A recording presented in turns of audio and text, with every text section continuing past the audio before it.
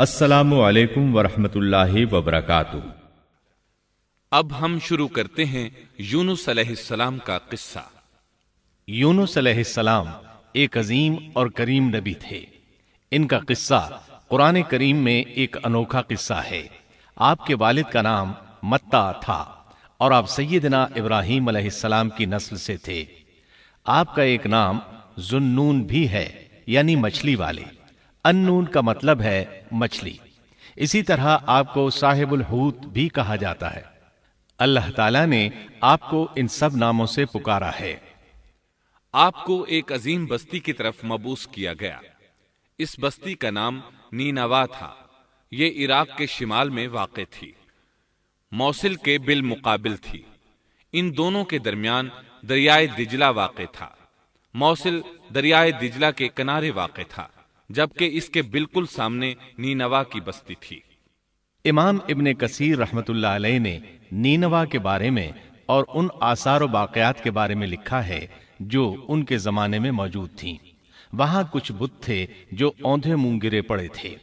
اللہ تبارک و تعالی نے یونس علیہ السلام کو نینوا کی طرف رسول بنا کر بھیجا۔ سورۃ الصافات آیت 139 میں ہے، وَإِنَّ يُونُسَ لَمِنَ الْمُرْسَلِينَ، اور بے شک یونس رسولوں میں سے تھے۔ آگے اللہ آیت 147 میں فرماتے ہیں، وَأَرْسَلْنَاهُ إِلَى 100,000 أَوْ يَزِيدُونَ، اور ہم نے اسے 100,000 بلکہ اور زیادہ آدمیوں کی طرف بھیجا۔ یعنی ان کی تعداد 100,000 سے زیادہ تھی۔ رہا یہ سوال کہ لاکھ سے کتنے زیادہ تھے، اکثر علماء کرام نے وضاحت کی ہے کہ وہ 100,000 سے قریباً 20,000 زیادہ تھے۔ اس طرح بستی والوں کی تعداد 1,20,000 تھی، اور یہ سب کے سب کفر پر تھے۔ یونس علیہ السلام انہیں سال ہر سال دعوت دیتے رہے، لیکن وہ اپنے کفر ہی پر ڈٹے رہے۔ پھر انہوں نے سیدنا یونس علیہ السلام پر ظلم و جبر شروع کر دیا، انہیں دھمکیاں دیں، مصائب و آلام سے دوچار کیا۔ مطلب یہ کہ جس طرح دوسرے انبیاء کرام کے ساتھ کیا گیا، ان کے ساتھ بھی وہی سلوک ہوا۔ آخر آپ نے اپنی قوم کو اللہ کے عذاب سے آگاہ کرتے ہوئے اعلان فرما دیا کہ فلاں دن تم پر عذاب آ جائے گا۔ پھر خود غصے کی حالت میں اس بستی سے نکل گئے، جبکہ اللہ تعالیٰ نے انہیں متعین دن کی مہلت دینے کی اجازت تو دی تھی، لیکن اس بستی سے نکل جانے کا حکم نہیں دیا تھا۔ جب آپ نے انہیں یہ مہلت سنائی تو خود غصے کی حالت میں بستی سے نکل گئے۔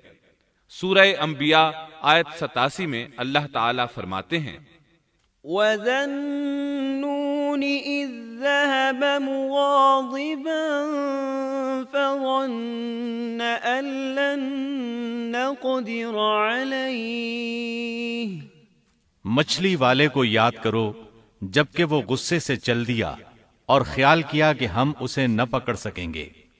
اس آیت کی تفسیر میں امام رازی رحمہ اللہ لکھتے ہیں، جس نے یہ گمان کیا کہ اللہ تعالیٰ اسے پکڑنے کی قدرت نہیں رکھتا، وہ آدمی کافر ہے۔ سیدنا امیر معاویہ رضی اللہ عنہ سے روایت ہے، انہوں نے سیدنا ابن عباس رضی اللہ عنہما سے کہا، آج رات قرآن کریم کی چند آیات کے معانی میں میں الجھ کر رہ گیا ہوں، مجھے کوئی راستہ سجھائی نہیں دے رہا کہ اس الجھن سے کس طرح نکلوں۔ مجھے بس آپ ایسے نظر آتے ہیں جو ان آیات کا مطلب بتا سکتے ہیں۔ کم از کم میں ان آیات کی تفسیر اور تعبیر نہیں سمجھ سکا۔ ابن عباس رضی اللہ عنہما نے پوچھا، وہ کون سی آیات ہیں؟ سیدنا امیر معاویہ رضی اللہ عنہ کہنے لگے، یونس علیہ السلام کا یہ خیال کرنا کہ اللہ تعالیٰ ان پر قدرت نہیں رکھتے۔ یہ سن کر سیدنا ابن عباس رضی اللہ عنہما نے فرمایا، اس سے مراد یہ نہیں، یہ لفظ قدر یہاں تنگی کے معنی میں آیا ہے، قدرت اور طاقت رکھنے کے معنی میں نہیں۔ اللہ تعالیٰ نے قدر بمعنی تنگی اور قدر بمعنی قدرت دونوں کا استعمال کیا ہے۔ تنگی کے معنی کی مثال سورۃ الطلاق آیت نمبر 7 میں ہے، وَمَن قُدِرَ عَلَيْهِ رِزْقُهُ فَلْيُنفِقْ مِمَّا آتَاهُ اللَّهُ، اور جس پر اس کے رزق کی تنگی کی گئی ہو اسے چاہیے کہ جو کچھ اللہ تعالیٰ نے اسے دے رکھا ہے اسی میں سے اپنی حیثیت کے مطابق دے۔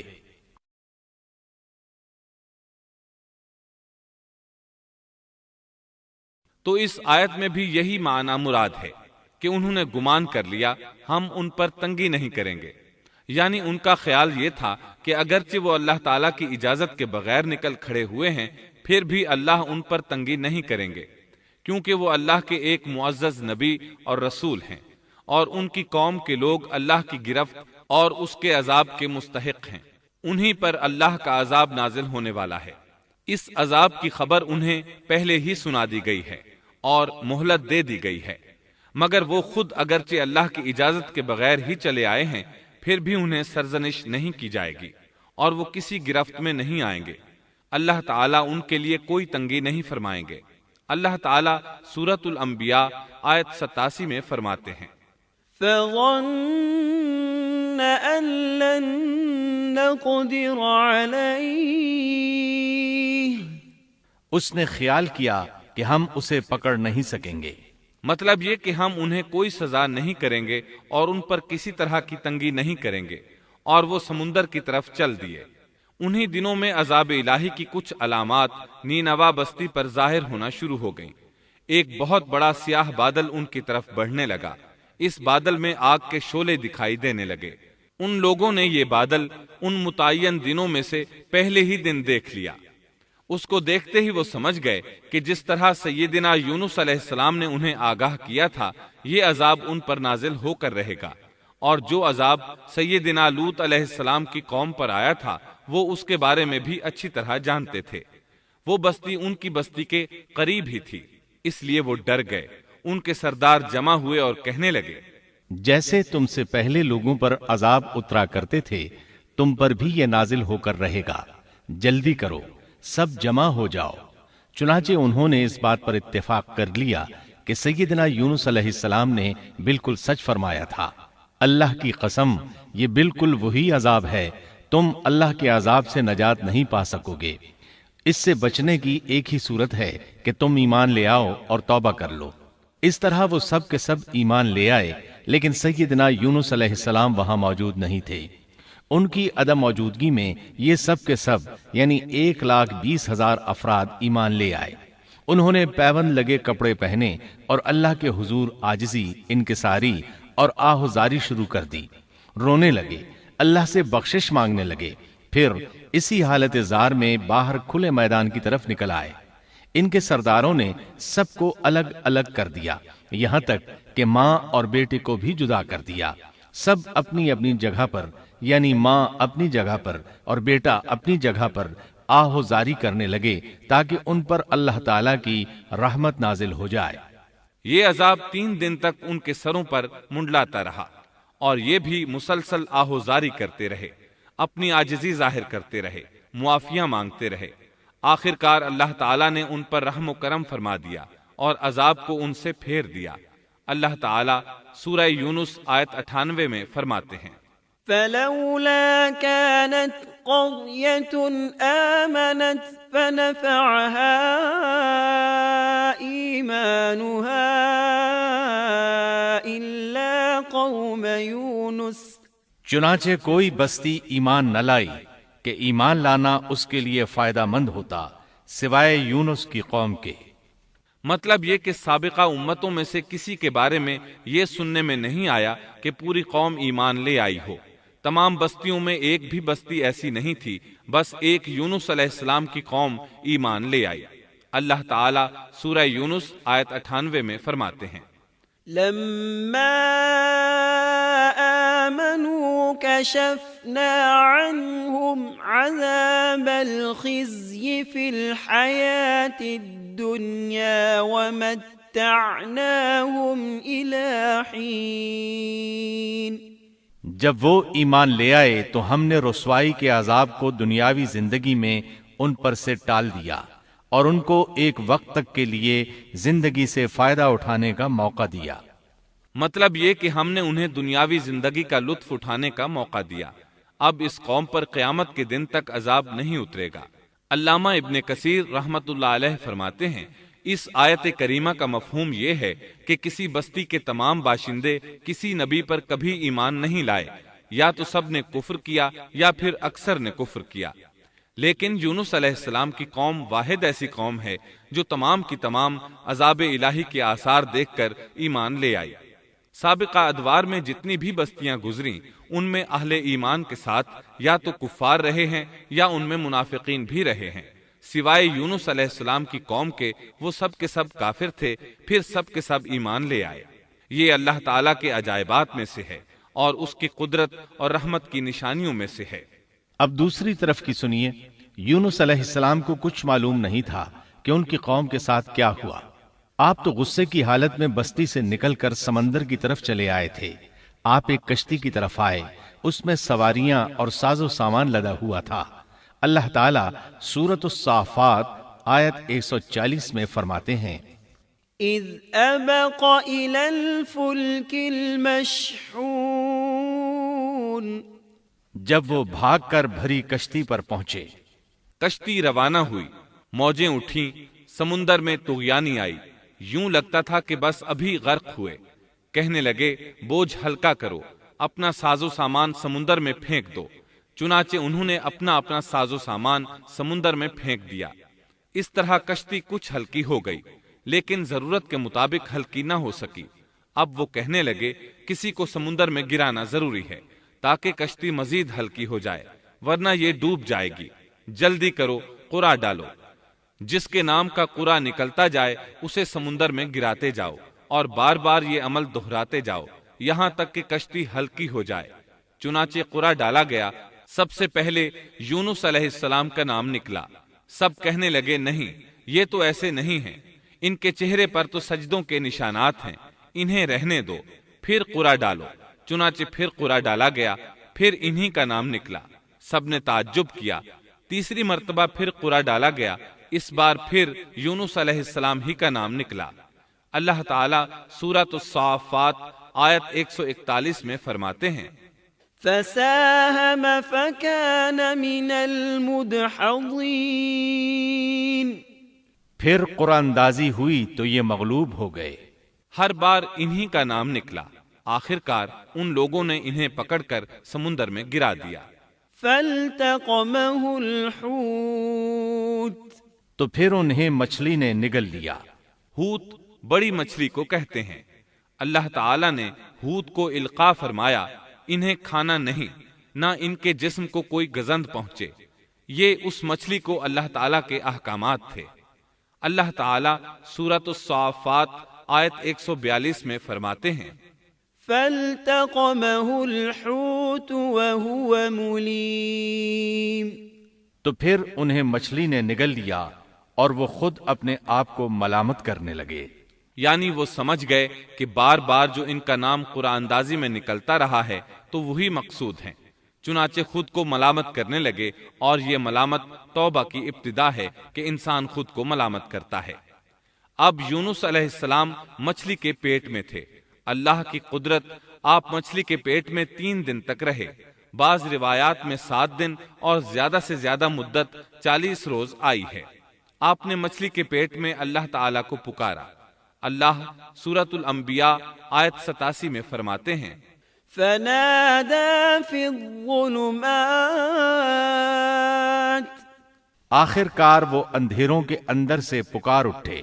علماء نے یہاں 3 اندھیروں کا ذکر کیا ہے، مچھلی کے پیٹ کا اندھیرا، سمندر کا اندھیرا اور رات کا اندھیرا۔ گویا ان پر یہ سارے اندھیرے اکٹھے ہو گئے تھے۔ اللہ سورۃ الصافات آیت 143 اور 144 میں فرماتے ہیں، فلولا أنه كان من المسبحين للبث في بطنه إلى يوم يبعثون، پس اگر یہ پاکی بیان کرنے والوں میں سے نہ ہوتے تو لوگوں کے اٹھائے جانے کے دن تک اس کے پیٹ ہی میں رہتے۔ مطلب یہ کہ اگر آپ اللہ تبارک و تعالی کی تسبیح نہ بیان کرتے تو مچھلی کے پیٹ ہی میں رہتے۔ آپ نے دعا نہیں مانگی بلکہ اللہ عز و جل کی تسبیح بیان کی۔ روایات میں یوں بھی آتا ہے کہ جب مچھلی آپ کو سمندر کی اتھاہ گہرائی میں لے گئی تو آپ وہاں آبی مخلوقات کی تسبیحات کی آوازیں سننے لگے۔ گویا اللہ تعالیٰ نے انہیں القاء فرمایا کہ آپ بھی تسبیح کریں۔ اللہ سورۃ الانبیاء آیت 87 میں فرماتے ہیں، فنادى في الظلمات أن لا إله إلا أنت سبحانك إني كنت من الظالمين۔ بالآخر وہ اندھیروں کے اندر سے پکار اٹھا کہ الہی تیرے سوا کوئی معبود نہیں، تو پاک ہے، بے شک میں ظالموں میں ہو گیا۔ چنانچہ یونس علیہ السلام نے اس تسبیح کے الفاظ کو یوں ادا فرمایا، لا إله إلا أنت سبحانك إني كنت من الظالمين۔ امام احمد، امام ترمذی، امام نسائی اور دیگر ائمہ رحمہم اللہ نے یہ حدیث نقل کی ہے کہ یونس علیہ السلام کی وہ دعا جو انہوں نے مچھلی کے پیٹ میں مانگی تھی وہ یہی ہے، لا إله إلا أنت سبحانك إني كنت من الظالمين۔ جو بھی مسلمان یہ دعا اپنی کسی حاجت میں مانگے گا اللہ تعالیٰ اس کی دعا ضرور قبول فرمائے گا۔ یہ دعائے مستجاب ہے، مقبول دعاؤں میں سے ہے۔ اسی دعا کے بعد اللہ تعالیٰ نے یونس علیہ السلام کو اس پریشانی سے نجات عطا فرمائی۔ اللہ سورۃ الانبیاء آیت 88 میں فرماتے ہیں، فاستجبنا له ونجيناه من الغم وكذلك ننجي المؤمنين۔ تو ہم نے اس کی پکار سن لی اور اسے غم سے نجات دے دی، اور ہم ایمان والوں کو اسی طرح بچا لیا کرتے ہیں۔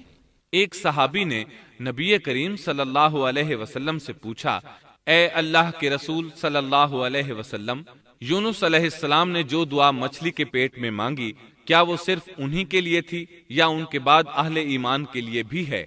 تو آپ نے فرمایا، یہ دعا یونس علیہ السلام کے لیے خاص تھی اور سب اہل ایمان کے لیے عام ہے۔ کیا تم نے اللہ تعالیٰ کا یہ فرمان نہیں سنا؟ وَكَذَلِكَ نُنْجِي الْمُؤْمِنِينَ۔ اور ہم ایمان والوں کو اسی طرح بچا لیا کرتے ہیں۔ جو بھی اس دعا کو پڑھے گا اللہ اسے رنج و غم سے نجات دیں گے۔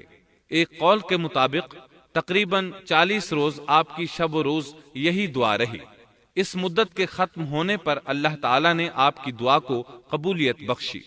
مچھلی ساحل پر پہنچی، انہیں کنارے پر ڈالا اور واپس چلی گئی۔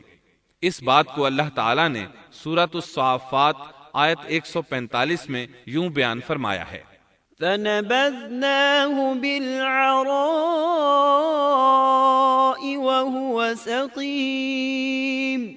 پس اسے ہم نے چٹیل میدان میں ڈال دیا اور وہ اس وقت بیمار تھے۔ آپ وہاں اسی طرح لیٹے رہے۔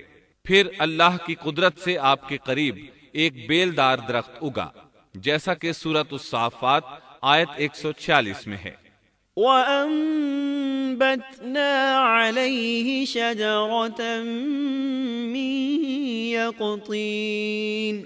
اور اس پر سایہ کرنے والا ایک بیلدار درخت ہم نے اگا دیا۔ اس کدو کے درخت کے متعلق مورخین کا کہنا ہے کہ اللہ تعالیٰ نے اس درخت کا انتخاب اس لیے فرمایا تھا کہ اس درخت کے پتے چوڑے ہوتے ہیں، ان کے سائے میں انہیں ڈھانپ دیا گیا تاکہ ہوا سے اذیت نہ پہنچے، اس لیے کہ ان کے جسم سے جلد اتر گئی تھی۔ پھر اس درخت سے خوشکن خوشبو بھی آتی تھی، اس خوشبو نے انہیں فرحت بخشی۔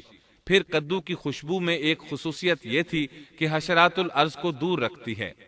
اللہ تعالیٰ نے انہی خصوصیات کی وجہ سے اس بیلدار درخت کا انتخاب فرمایا تھا تاکہ آپ ہر طرح کی تکلیف سے محفوظ رہیں۔ یہ ہے اللہ کی قدرت، سبحان اللہ۔ اسی طرح مفسرین یہ بھی کہتے ہیں کہ اللہ تعالیٰ نے ان کے پاس ایک پہاڑی بکری بھیج دی، وہ آپ کے قریب آتی اور آپ کے سر کے اوپر اپنی ٹانگیں پھیلائے کھڑی ہو جاتی۔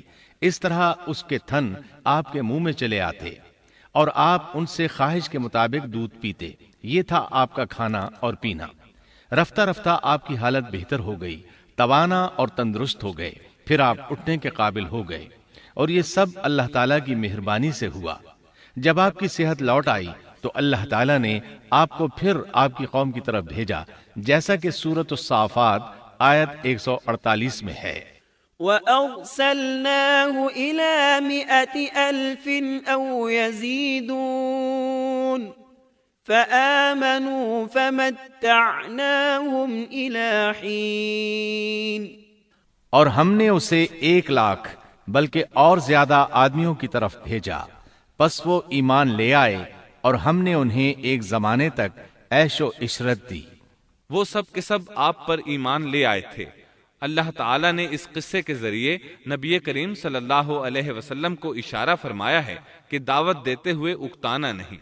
اللہ سورۃ القلم آیت 48 میں فرماتے ہیں، وَلَا تَكُن كَصَاحِبِ الْحُوتِ، اور مچھلی والے کی طرح نہ ہو جائیے۔ ان لوگوں کو دعوت حق دیتے رہیے۔ دیکھیے وہ سال ہر سال دعوت دیتے رہے لیکن اکتائے نہیں، ان سے مایوس نہیں ہوئے۔ ان کی پوری بستی میں سے ایک بھی ان پر ایمان نہیں لایا تھا، لیکن جب ان سے مایوس ہو گئے تو انہیں اللہ کے عذاب سے آگاہ کر دیا اور منہ پھیر کر چل دیے تو وہ سب کے سب ایمان لے آئے۔ اللہ تعالی سورۃ القصص آیت 56 میں فرماتے ہیں، إنك لا تهدي من أحببت ولكن الله يهدي من يشاء۔ آپ جسے چاہیں ہدایت نہیں دے سکتے، بلکہ اللہ تعالیٰ ہی جسے چاہتا ہے ہدایت دیتا ہے۔ اس قصے میں بہت بڑا سبق ہے کہ کسی بھی حالت میں اللہ کی رحمت سے مایوس نہیں ہونا چاہیے اور نہ ہدایت کے معاملے میں اپنی ذات پر بھروسہ کرنا چاہیے۔ ہدایت تو بس صرف اللہ تعالیٰ ہی کی طرف سے ہے۔ آپ کے ذمے تو پیغام حق پہنچا دینا ہے۔ اللہ سبحانہ و تعالیٰ کے ذمے ہدایت سے نوازنا ہے۔ اللہ تعالیٰ نے انہیں پاک صاف بنا دیا، انہیں چن لیا۔ اللہ خود ہی سورۃ القلم آیت 50 میں وضاحت فرماتے ہیں، فاجتباه ربه فجعله من الصالحين۔ اسے اس کے رب نے پھر نوازا اور اسے نیک لوگوں میں کر دیا۔ امام مسلم نے ایک حدیث روایت کی ہے کہ نبی کریم صلی اللہ علیہ وسلم نے فرمایا، لا ينبغي لعبد ان يقول انا خير من يونس بن متى۔ تم میں سے کوئی شخص ہرگز یہ نہ کہے کہ میں یعنی محمد یونس بن متی سے بہتر ہوں، یعنی یوں نہ کہے کہ میں سیدنا یونس علیہ السلام سے افضل ہوں۔ وہ اس طرح کہ وہ تو اپنی قوم کے ایمان لانے سے مایوس ہو گئے تھے اور میں مایوس نہیں ہوں، اس طرح بالکل نہ کہے، کیونکہ بالآخر اللہ تعالیٰ نے آپ کو چن لیا اور برگزیدہ بنا لیا اور صالحین میں داخل کر لیا۔ اس واقعے میں نبی کریم صلی اللہ علیہ وسلم کو جو ہدایت دی گئی ہے اس کا ذکر سورۃ القلم آیت 41 میں آتا ہے، فاصبر لحكم ربك ولا تكن كصاحب الحوت۔ پس تو اپنے رب کے حکم کا صبر سے انتظار کر اور مچھلی والے کی طرح نہ ہو جا۔ مطلب یہ کہ یونس علیہ السلام کی مانند نہ ہو جائیے جو اپنی قوم کے ایمان لانے سے مایوس ہو گئے تھے۔ یقیناً دین کی دعوت اور حق کے پرچار میں یہ بہت عظیم سبق ہے کہ دائی اللہ کو کبھی مایوس نہیں ہونا چاہیے۔ یونس علیہ السلام کا قصہ ختم ہوا